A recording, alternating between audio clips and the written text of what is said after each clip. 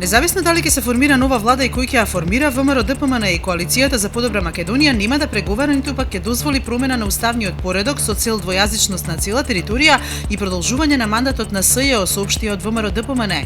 Тие реагираа на соопштението на ДУИ, кој вчера од Централното претседателство излегоа со услови за кои нема да преговараат: рамноправна употреба на службениот албански јазик, интеграцијата во НАТО и Европската унија и продолжување на мандатот на СЈО.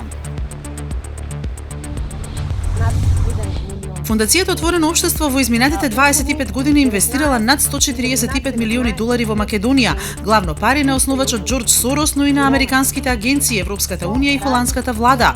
Директорката на Фондацијата во Македонија за нова вели дека од нив во образованието донирале 32 милиони долари, во здравството 13,5 милиони долари, 800.000 долари добило Министерството за труд и социјална политика.